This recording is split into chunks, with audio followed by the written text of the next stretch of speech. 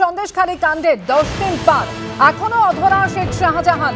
মামলায় যুক্ত হতে চেয়ে আইনজীবী মারফত হাইকোর্টে আবেদন শেখ শাহজাহানের। আত্মসমর্পণ করছেন না কেন শেখ শাহজাহানের আইনজীবীকে প্রশ্ন বিচারপতি জয় সেনগুপ্তর।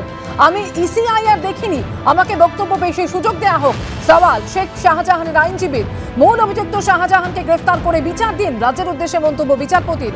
কেস ডায়েরি তলব করল আদালত, আগামীকাল ফের শুনানি রয়েছে। সন্দেশখালীর ঘটনায় রাজ্য পুলিশের তদন্তে সংশয় প্রকাশ করেছেন বিচারপতি জয় সেনগুপ্ত।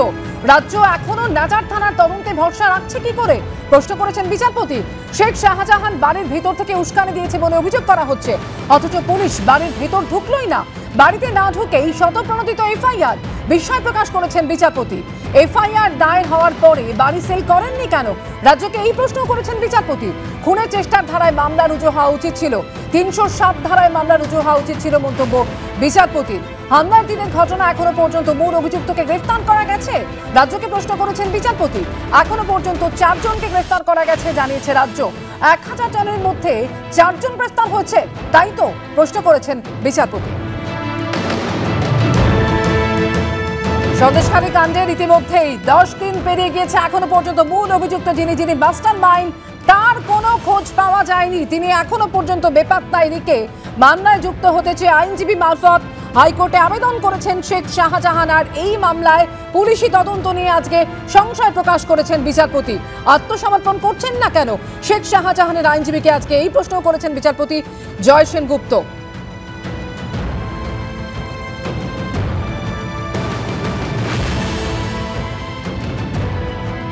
10 দিন পেরিয়ে গেছে, এখনো অধরা শেখ শাহজাহান। এদিকে আইনজীবী মারফত তিনি আদালতের দ্বারস্থ হচ্ছেন। বিরোধীরা কি বলছেন এই নিয়ে শুনব।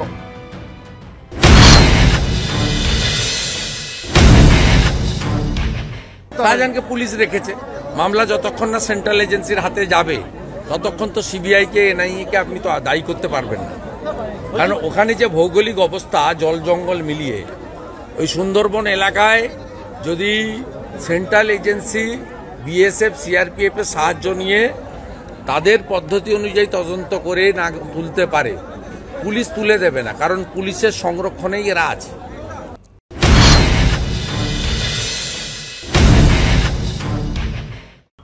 এটাই তো প্ল্যানিং, এটাই তো ছিল, তৃণমূল চাইছিল যে ইডি সিবিআই যাতে ওকে ধরতে না পারলে অনেক মাথার গল্প বলে দেবে।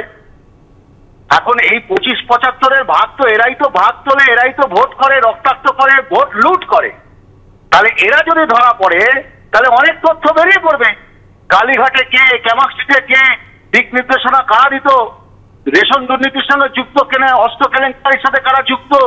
তাই তাদেরকে সেফ প্যাসেজ দেওয়া হচ্ছে যে আইনের দরজায় গিয়ে তার সে যেন যে কথা তাকে গ্রেপ্তার করা না হতে পারে, যেন জেরা না করা হতে পারে।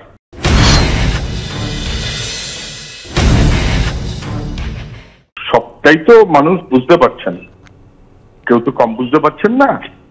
বাড়িতে থেকে বাইরের লোককে মোবিলাইজ করে তদন্তকারীরা আক্রান্ত হয়েছে, সাংবাদিকরা আক্রান্ত হয়েছে, জওয়ান তারা আক্রান্ত হয়েছে, এবং গোটা দেশে পশ্চিমবাংলা মানে কি তার খুব নেগেটিভ বার্তা গেছে। খুব, এটা আমাদের রাজ্যের সম্মান কোনোভাবে বাড়ায়নি। তারপরে 10 দিন হয়ে গেল, এখনো পর্যন্ত তাকে ধরা গেল না। তার মানেটা কি? পুলিশ এবং পুলিশ প্রশাসন ব্যর্থ, অথবা পুলিশ প্রশাসন যদি যোগ্য হয় তাহলে পুলিশের মাথায় যারা বসে আছেন তারা শাহজাহানের পাশে দাঁড়িয়েছেন।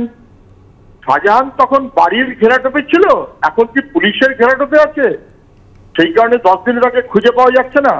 অথচ আইনি পরামর্শ দেওয়া হচ্ছে, আইনি ভাবে সে যাতে এগোতে পারে তার ব্যবস্থা করা হচ্ছে।